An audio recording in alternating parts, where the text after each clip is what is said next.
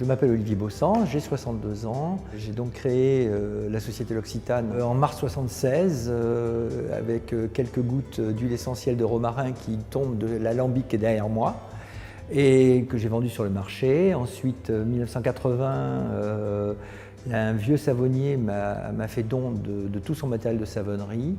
2 ans plus tard, L'Occitane commençait à faire des soins visage, des formulations de soins visage.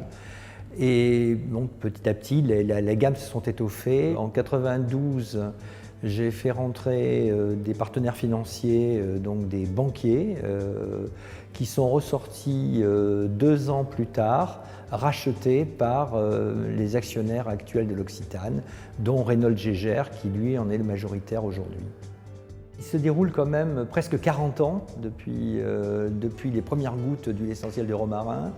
Et effectivement, à la fois c'est spectaculaire quand on le résume, mais c'est un parcours très lent d'une entreprise qui a démarré effectivement sur les marchés et qui aujourd'hui est cotée en bourse et a plus de 2500 magasins dans le monde, fait plus d'1 milliard de chiffre d'affaires, plus de 7500 salariés à travers le monde.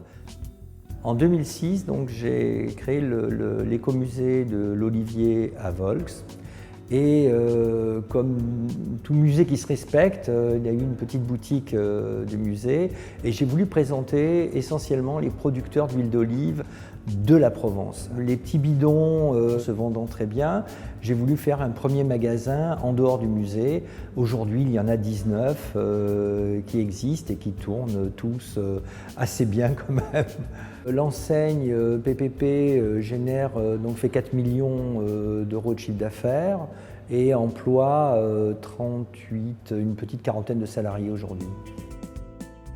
C'est effectivement une grande aventure qui s'ouvre puisque c'est une entreprise qui fait déjà 11 millions d'euros de chiffre d'affaires, qui a une magnifique outil de production, une fabrique à Aix-en-Provence, qui emploie plus de 70 salariés.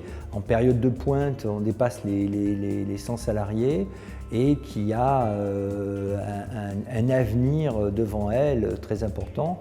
Je crois beaucoup au développement international de cette entreprise, en fait, parce qu'elle porte l'histoire de la Provence avec elle, et elle la porte depuis le XVe siècle.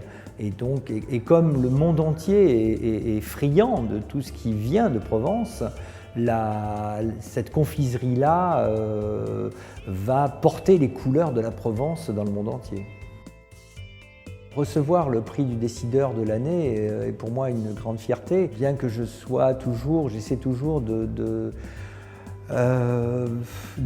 faire les choses le plus discrètement possible et que là d'un coup être mis en lumière comme ça ne peut qu'être un événement fort pour moi et je remercie vraiment tout le comité, le jury de ce choix et je ne sais toujours pas si je le mérite vraiment par contre.